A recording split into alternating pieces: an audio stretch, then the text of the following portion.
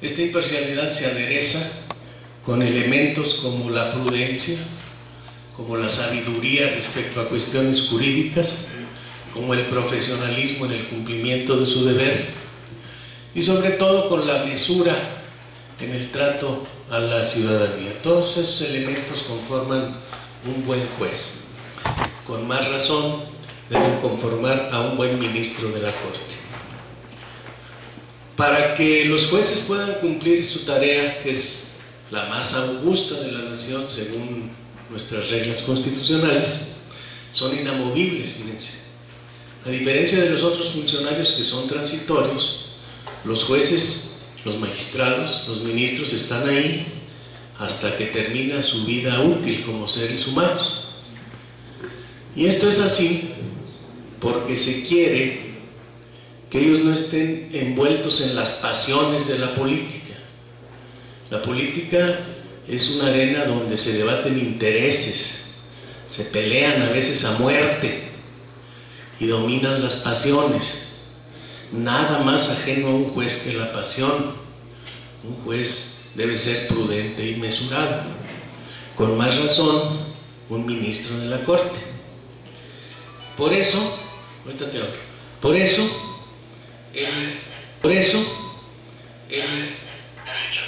eso el tribunal más alto del país, encargado de la función más importante de todas, que es interpretar la Constitución, debe ser ajeno a las tormentas políticas, a las turbulencias de la política. Infortunadamente, en nuestra historia constitucional, en nuestra historia como país, son excepciones los casos de ministros que hayan cumplido de esa manera su función. La regla es que se sometan a los presidentes en turno o, siendo magistrados estatales, a los gobernadores en turno. Por eso lamentamos siempre que entre nosotros no exista la división de poderes, que es garantía de equilibrio en el ejercicio de la autoridad. El galardón más alto de un juez es su autoridad moral. Al juez se le respeta por sus decisiones, por las sentencias que emite, no por las opiniones que dice en la prensa, no por los debates que den las tribunas, no por los discursos que hagan en los mítines, por la sabiduría de sus sentencias para resolver los conflictos de una forma tal que traigan paz y armonía a la sociedad. Si eso logra un juez, es un juez valioso. En nuestro país, la Corte y el Poder Judicial de la Federación fueron perdiendo respetabilidad con el transcurso de los años, porque el amparo dejó de ser la institución idónea para defender las garantías individuales de los mexicanos. Se volvió un asunto sumamente técnico, muy difícil, muy enredado, al alcance de unos cuantos y caro además, porque entre mayor especialización requiere un saber, mayor precio tiene en esta sociedad. Y por eso normalmente los juicios no los ganan los abogados que defiendan las causas justas, sino los abogados que sepan moverse mejor en la maquinaria judicial.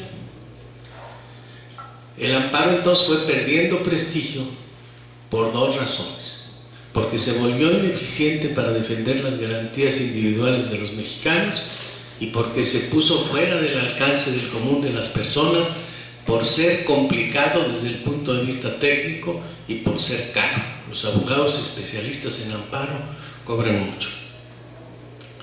Por eso surgieron otros organismos para defender los derechos humanos. Primero la sociedad los creó: frentes contra la represión, espacios de los sindicatos especializados en la defensa de sus miembros, organizaciones campesinas con un área de derechos humanos. Primero la sociedad respondió creando organismos defensores de derechos humanos. Luego el Estado, que tiende a controlarlo todo, creó comisiones gubernamentales, una nacional, muchas estatales y algunas hasta llegaron a ser municipales. No sé si todavía exista alguna con jurisdicción solo municipal, pero las ha habido.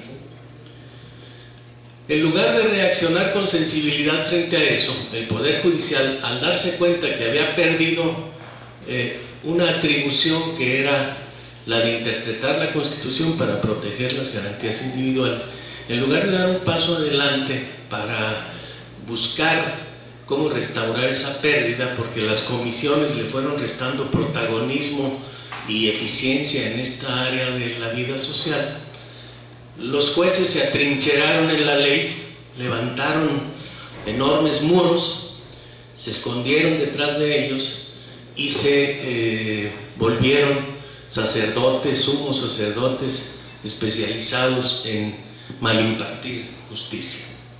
Y por eso gozan de tan poco prestigio entre los mexicanos y las mexicanas. Por eso no creemos en los jueces y en las juezas, ni en los magistrados, ni en los ministros.